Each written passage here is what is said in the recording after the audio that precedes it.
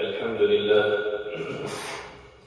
لله رب العالمين، والعاقبة للمتقين، والصلاة والسلام على سيد الأنبياء والمرسلين نبينا محمد وعلى آله وصحبه أجمعين. اللهم أرنا الحق حقا وارزقنا اتباعه، وأرنا الباطل باطلا وارزقنا اجتنابه. سبحانك لا علم لنا إلا ما علمتنا إنك أنت العليم الحكيم. أعوذ بالله من الشيطان الرجيم. بسم الله الرحمن الرحيم. يا أيها الناس اتقوا ربكم الذي خلقكم من نفس واحدة وخلق منها زوجها وبث منهما رجالا كثيرا ونساء. وقال الله تبارك وتعالى: ومن آياته أن خلق لكم من أنفسكم أزواجا لتسكنوا إليها وجعل بينكم مودة ورحمة إن في ذلك لآيات لقوم يتفكرون. صدق الله العظيم. الحمد لله رب العالمین. تمام تعریفیں اللہ رب العالمین کے لیے ہیں. اللہ تبارک و تعالیٰ کے فضل و کرم سے اس کی توفیق اور اس کی بے پناہ نعمتوں کے ساتھ آج ہم اس مبارک گھڑی میں اللہ رب العالمین کے گھر میں حاضر ہوئے ہیں.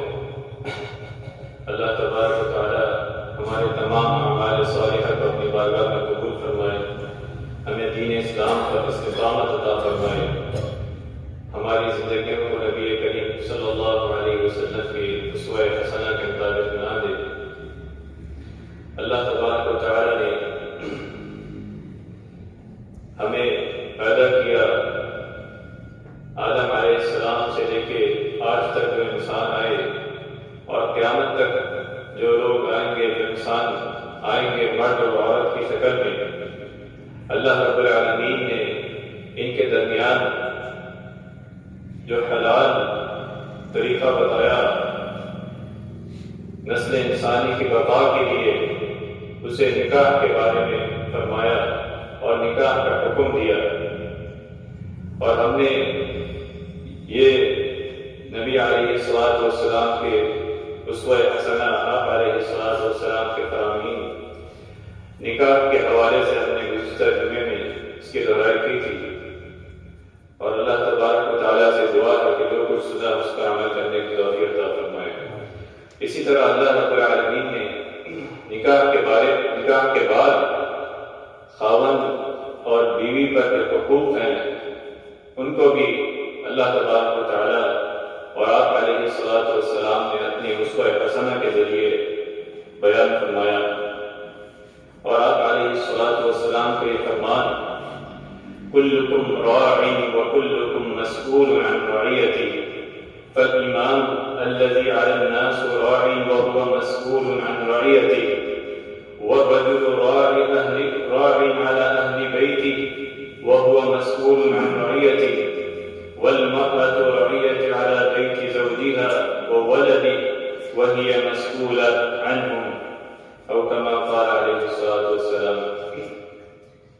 حضرت عبداللہ بن عمر رضی اللہ عنہ کہتے ہیں کہ رسول اللہ صلی اللہ علیہ وسلم نے فرمایا کہ تم میں سے ہر شخص جو ہے اپنی رعیت کا نگہبان ہے، اور تم سے ہر شخص کو اپنی رعیت کے بارے میں جواب دہ ہونا پڑے گا.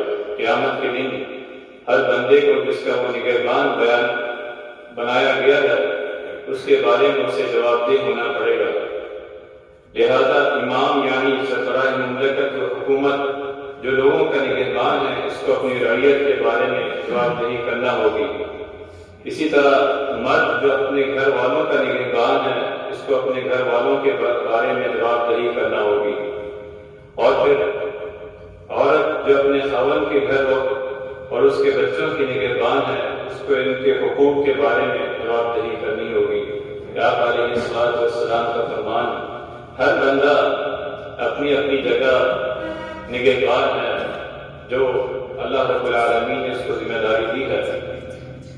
اور چاہے وہ خاوند ہو چاہے وہ بیوی ہو، اللہ رب العالمین نے دونوں کے ایک دوسرے پر حقوق بیان کیے ہیں. بیوی پر خاوند کے جو حقوق ہیں، آپ علیہ الصلوۃ والسلام نے فرمایا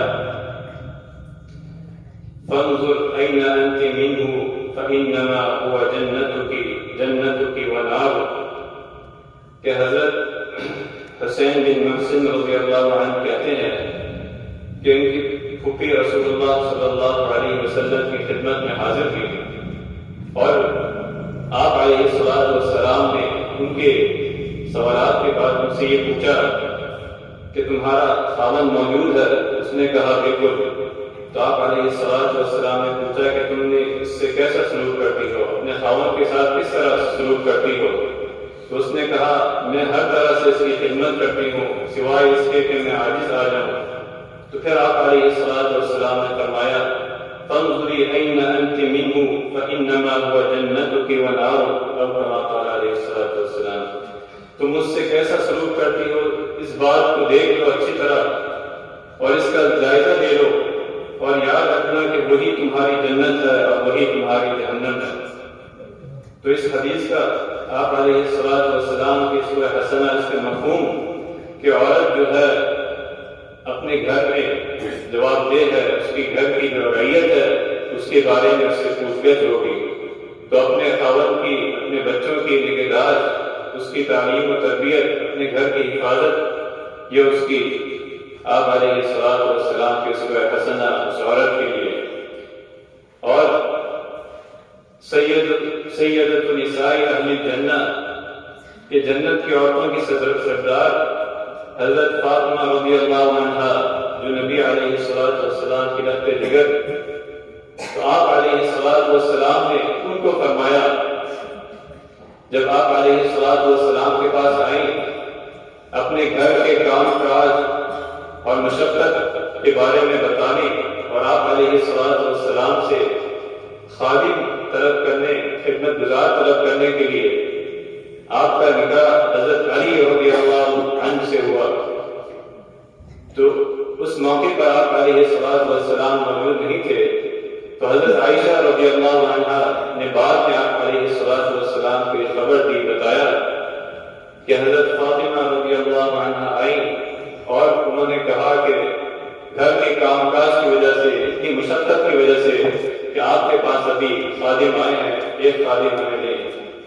تو آپ علیہ الصلوۃ والسلام نے فرمایا کیا میں وہ تمہیں چیز نہ بتاؤں جو اس خادم سے بہتر ہے جس کا تم نے سوال کیا، کہ جب تم اپنے بستر پر جاؤ تو 33 مرتبہ اللہ، 33 مرتبہ اللہ اکبر، 33 مرتبہ سبحان اللہ اور 34 مرتبہ الحمدللہ پڑھو، یہ اس خادم سے بہتر ہے۔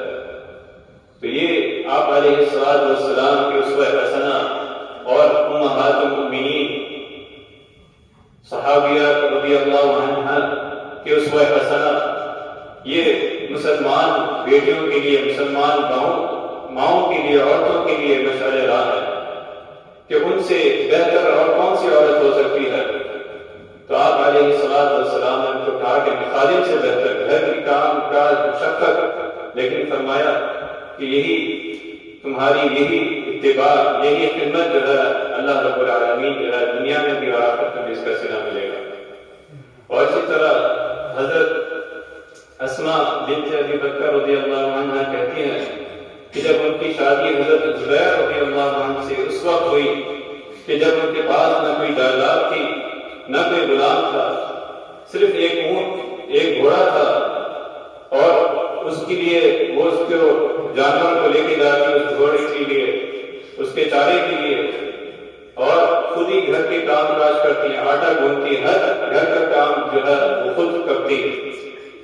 تو یہ آپ علیہ الصلوۃ والسلام کی اسوہ حسنہ، صحابیات رضی اللہ عنہ کی اسوہ حسنہ، اور یہ دونوں خواتین اس زمانے کی بہترین خواتین، ازواج مطہرات رضی اللہ عنہ، حضرت فاطمہ الزہرا رضی اللہ عنہ اور حضرت اسماء بنت ابی بکر رضی اللہ عنہ۔ تو ان کی مثال ہر خاتون کے لیے، ان کی اسوہ حسنہ کہ آپ علیہ الصلوۃ والسلام نے ان کو کس طرح اپنے خاوند کی اطاعت، ان کی خدمت گزاری ان کو سکھائی۔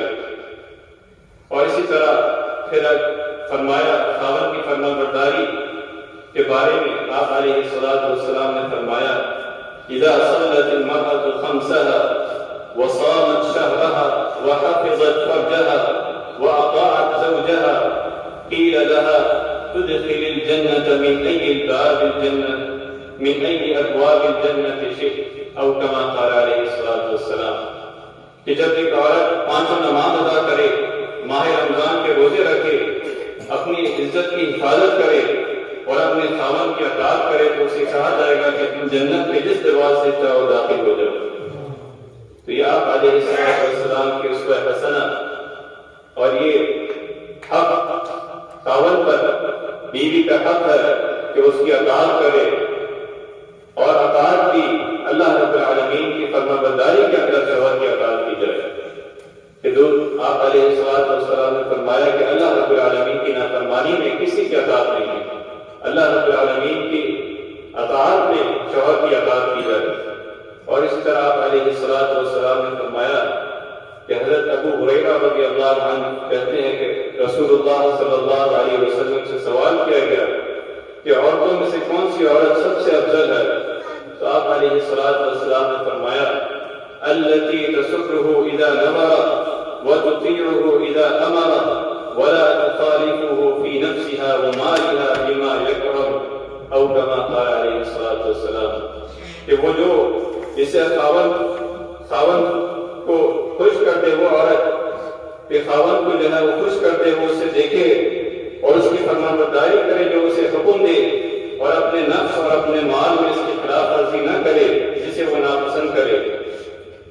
پھر آپ علیہ السلام نے فرمایا کہ خاوند کی نافرمانی بہت بڑا گناہ ہے، سخت ناپسند ہے اللہ رب العالمین کے ہاں بھی، اور نبی علیہ السلام کی اسوہ حسنہ سے بھی فرمان کہ آپ علیہ السلام نے فرمایا کہ 2 آدمیوں کی نماز ان کے سروں سے اوپر نہیں جاتی، ایک اپنے آقاؤں سے بھاگا ہوا غلام یہاں تک کہ وہ واپس آ جائے، اور دوسری وہ عورت جو اپنے خاوند کی نافرمان ہو یہاں تک کہ وہ اس کی فرمانبردار بن جائے. تو خاوند کی اطاعت اور فرمانبرداری بیوی کے لیے اللہ رب العالمین کا حکم اور نبی علیہ السلام کی اسوہ حسنہ، لیکن اللہ رب العالمین کی فرمانبرداری کے اندر اس کی اطاعت کی جائے. کہ آپ علیہ السلام نے فرمایا لا طاعۃ لأحد فی معصیۃ اللہ انما الطاعۃ فی المعروف، کہ اللہ تبارک و تعالیٰ کی نافرمانی میں کسی کی اطاعت نہیں، اطاعت صرف نیکی کے کاموں میں ہے، جو اللہ رب العالمین کی فرمانبرداری ہے اسی میں ہے. اور آپ علیہ السلام نے خاوند کا حق بیان کیا کہ وہ بیوی جو ہے اپنے خاوند سے بغیر اجازت کے نفلی روزہ بھی نہ رکھے. فرمایا لا يحل للمرأة ان تصوم وزوجها شاهد الا باذنه او كما قال عليه الصلاة والسلام. کہ کسی عورت کے لیے حلال نہیں کہ وہ خاوند کی موجودگی میں اس کی اجازت کے بغیر جو ہے نفلی روزہ رکھے. یہ خاوند کی اطاعت اور فرمانبرداری اس کا حق ہے، اس کی موجودگی میں نفلی روزہ بھی جو ہے اس کی اجازت سے رکھا جائے. اور اسی طرح آپ علیہ السلام نے فرمایا کہ بیوی خاوند کے مال اور اس کی جائیداد کی حفاظت کرے. فرمایا کوئی عورت اپنے خاوند کے گھر سے اس کی اجازت کے بغیر کچھ بھی نہ خرچ کرے. تو آپ علیہ السلام سے پوچھا گیا کہ وہ کھانا بھی کسی کو نہ دے، تو فرمایا کھانا تو ہمارا بہترین مال ہے. تو خاوند کی اجازت کے بغیر عورت جو ہے اس کے گھر سے کوئی چیز جو ہے وہ خرچ نہ کرے. اس کی اجازت، اس کی رضا ہو یا اسے پتا ہو کہ اس میں خاوند کی ناراضگی نہیں ہوگی، تب جو ہے وہ اطاعت و فرمانبرداری والے اللہ رب العالمین نبی صلی اللہ علیہ وسلم کی اسوہ حسنہ کے مطابق جو ہے وہ خرچ کرے. اور پھر فرمایا کہ بیوی پر خاوند کا یہ حق ہے کہ وہ خاوند کی اجازت کے بغیر گھر میں کسی کو داخل نہ ہونے دے، اس کی اجازت کے بغیر جو ہے کسی کو داخل نہ ہونے دے. آپ علیہ السلام نے خطبہ حجۃ الوداع کے موقع پر فرمایا الا ان لکم علی نسائکم حقا ولنسائکم علیکم حقا فاما حقکم علی نسائکم فلا یقتلن فرشکم من تکرهون ولا یأذن فی بیوتکم لمن تکرهون او کما قال علیہ السلام. کہ خبردار بے شک تمہاری بیویوں پر حق ہے اور تمہاری بیویوں کا تم پر حق ہے رہا تمہاری بیویوں پر حق وہ یہ ہے کہ تمہارے بستروں پر کسی ایسے شخص کو نہ آنے دے جسے تم ناپسند کرتے ہو، تمہارے گھر میں کسی ایسے شخص کو نہ آنے دے جسے تم ناپسند کرتے ہو، اور نہ وہ تمہارے گھروں میں کسی ایسے شخص کو نہ آنے دے جسے تم ناپسند کرتے ہو۔ اسی طرح آپ علیہ السلام نے فرمایا خاوند کی شکر گزاری وہ عورت کے لیے ضروری ہے، خاوند کی شکر گزاری یہ بھی خاوند کا حق ہے بیوی کا کہ وہ خاوند کی شکر گزاری کرے۔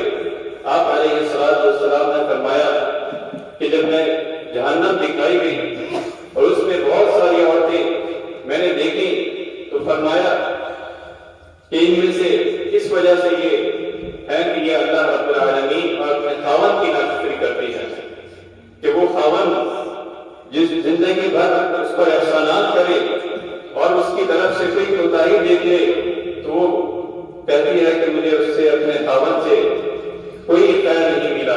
وہ عورت جو ہے جہنم میں آپ علیہ السلام نے فرمایا کہ وہ اپنے خاوند کی جو ہے وہ شکر گزاری نہیں کرتی کہ زندگی بھر اس کے بغیر گزارا بھی نہیں ہے، اس کے ساتھ رہتی ہے، زندگی بھر اس کے احسانات ہیں، لیکن کوئی ایسا موقع جس پہ تھوڑی سی کوتاہی ہو جائے تو اس نے کہا کہ مجھ پر کوئی خیر ہی نہیں ہوئی، تو یہ سب ناپسندیدہ عمل ہے۔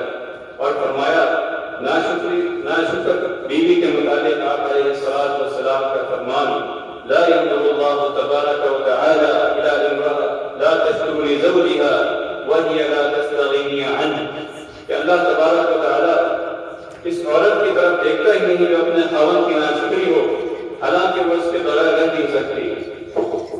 اللہ رب العالمین کی سخت جو ہے ناپسندیدہ ہے۔ اور آپ علیہ السلام نے فرمایا کہ کسی انسان کے لیے حلال نہیں کہ وہ کسی انسان کے سامنے سجدہ ریز ہوئے، یہ حرام ہے کسی انسان کے لیے سجدہ ریز ہونا، لیکن اگر ایسا کرنا درست ہوتا تو میں عورت کو حکم دیتا کہ وہ اپنے خاوند کے سامنے سجدہ ریز ہو، کیونکہ اس کا بہت بڑا حق ہے۔ اور اسی طرح آپ علیہ السلام نے فرمایا المرأة لا تؤدي حق الله حتى تؤدي حق زوجها حتى لو سأل وهي على ظهر قتب لم تمنعه نفسها او كما قال عليه الصلاة والسلام کہ عورت اللہ کا حق ادا نہیں کر سکتی یہاں تک کہ وہ اپنے شوہر کا حق ادا کرے۔ اگر وہ جانور کی پیٹھ پر بھی بیٹھی ہو اور خاوند اپنی حاجت کے لیے اسے بلائے تو اسے اس کے سپرد کر دینا، اسے انکار نہیں کرنا چاہیے، اس کا حق ہے خاوند کا۔ اور اسی طرح آپ علیہ السلام نے ایک اچھے معاشرے کے لیے دونوں کے حقوق بتائے، بیوی پر اور خاوند پر بیوی کے حقوق، خاوند پر بیوی کے حقوق، اور اسی طرح خاوند اور بیوی کے حقوق، دونوں کے حقوق آپ علیہ السلام نے فرمائے۔ اور فرمایا خاوند پر بیوی کا حق یہ ہے کہ سب سے پہلے حق جو ہے اسے حق مہر جو ہے وہ ادا کرے، جو اس سے وعدہ کیا گیا نکاح کے موقع پر۔ فرمایا اللہ رب العالمین نے وَآتُوا النِّسَاءَ صَدُقَاتِهِنَّ نِحْلَةً فَإِن طِبْنَ لَكُمْ عَنْ شَيْءٍ مِّنْهُ نَفْسًا فَكُلُوهُ هَنِيئًا مَرِيئًا۔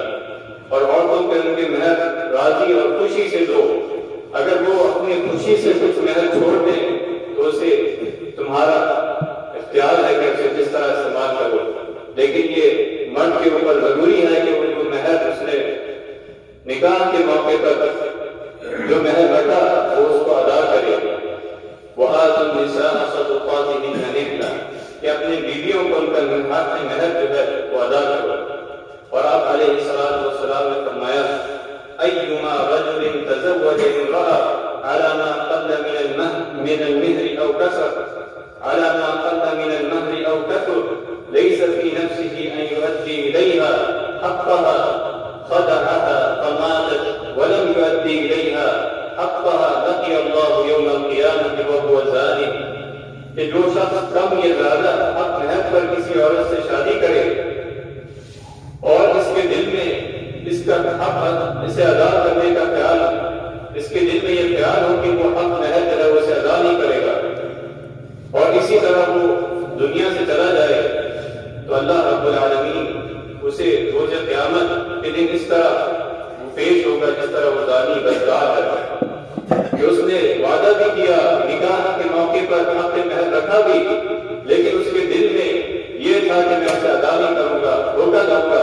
تو روز قیامت آپ علیہ السلام نے فرمایا کہ وہ بندہ اس طرح آئے گا کہ وہ بدکار ہوگا، زانی ہوگا.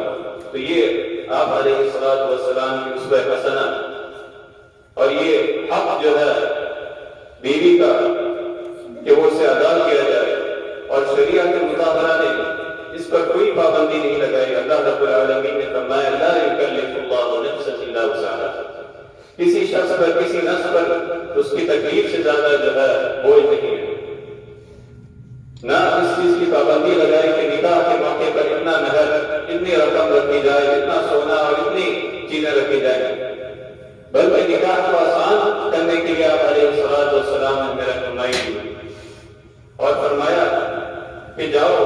ایک موقع پر ایک شخص آپ علیہ السلام کے پاس آیا اور شادی کا اظہار کیا، تو آپ صلی اللہ علیہ وسلم نے حکم دیا جاؤ ایک لوہے کی انگوٹھی ہی ڈھونڈ لاؤ. پھر جب اس شخص کو لوہے کی انگوٹھی بھی نہ ملی اس کی استھتی، تو آپ علیہ السلام نے اس سے پوچھا کیا تمہیں قرآن کی کچھ صورتیں یاد ہیں؟ تو اس نے کہا آپ علیہ السلام کو کہ مجھے قرآن مجید کی صورتیں آتی ہیں. تو فرمایا یہی اسے سکھا دینا، یہی حق مہر ہے. تو حق مہر جو ہے نکاح کے موقع پر اتنا رکھا جائے جتنا آدمی اپنی استطاعت کے مطابق خوشی سے ادا کر سکے، نہ اتنا زیادہ رکھا جائے کہ دکھانے کے لیے کہ وہ پوری زندگی اس کو ادا نہ کر سکے. اور اسی طرح آپ علیہ السلام جب حضرت علی رضی اللہ عنہ نکاح کے موقع پر فرمایا کہ انہیں کچھ دے دینا حضرت فاطمہ الزہرا رضی اللہ عنہ، تو حضرت علی رضی اللہ عنہ نے فرمایا کہ میرے پاس تو کچھ بھی نہیں ہے. تو آپ علیہ السلام نے ان سے پوچھا کہ تمہاری وہ زرہ جو ہے وہ کہاں ہے؟ تو فرمایا وہ میرے پاس ہے. تو آپ علیہ السلام نے فرمایا وہی اسے دے دینا، یہی اس کا حق مہر ہوگا. تو یہ امہات المؤمنین سیدۃ النساء اہل الجنہ، یہ ان کا حق مہر ہے. یہ آپ علیہ السلام کی اسوہ حسنہ. اور پھر فرمایا بہترین نکاح وہ ہے جو آسانی سے ہو جائے، بہترین حق مہر وہ ہے جو بآسانی ادا کیا جائے. تو یہ دین اسلام کا نہ نبی علیہ السلام کی اسوہ حسنہ، نہ دین اسلام کی کوئی قید کہ وہ اتنا زیادہ حق مہر رکھے، اتنا مال اپنے حق مہر میں لکھوائے کہ وہ اسے پوری زندگی جو ہے وہ اسے ادا نہ کر سکے، بڑھا چڑھا کر لکھوائے. کہ ایک صحابی حضرت ابو ہریرہ رضی اللہ عنہ فرماتے ہیں کہ ایک شخص رسول اللہ صلی اللہ علیہ وسلم کی خدمت میں حاضر ہوا اور اس نے آپ کو بتایا کہ اس نے ایک انصاری عورت سے شادی کی. تو آپ علیہ السلام نے اس سے پوچھا کہ کتنا حق مہر رکھا؟ تو اس نے کہا 4 اوقیہ چاندی پر. تو آپ صلی اللہ علیہ وسلم نے تعجب کا اظہار کرتے ہوئے فرمایا 4 اوقیہ، ایسا لگتا ہے جیسے تم نے پہاڑ کے دامن سے جو ہے چاندی نکالی ہے، خریدی ہے، اتنا زیادہ. تو آپ علیہ السلام کی اسوہ حسنہ اور عملی طور پر صحابیات رضی اللہ عنہم نے یہ کر کے دکھایا کہ نکاح کو آسان ہی بنایا اور حق مہر کا حکم جہاں دیا وہاں اس کے لیے یہ بھی فرما دیا کہ جتنی آدمی کی استطاعت ہو اتنا وہ نکاح کے موقع پر رکھے. اسی طرح دوسرا فرمایا کہ اس کا نام نقطہ جو ہے اسے ادا کیا جائے.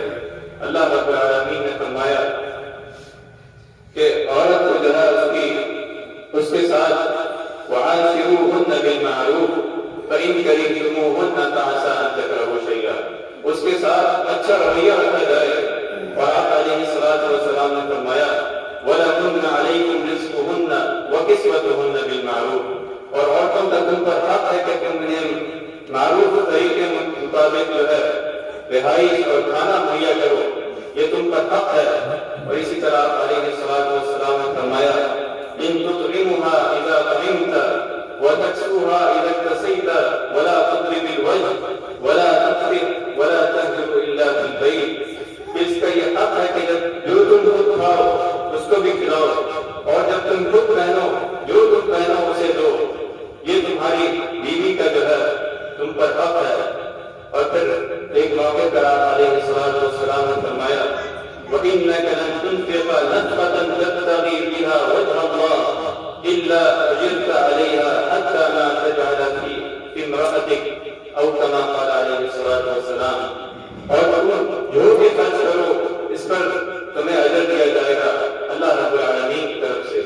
حتیٰ کہ تم اپنی بیوی پر بھی جو خرچ کرو گے، اپنے اہل و عیال پر بھی خرچ کرو گے، یہ بھی صدقہ ہے، اس پر بھی جو ہے تمہیں اجر دیا جائے گا.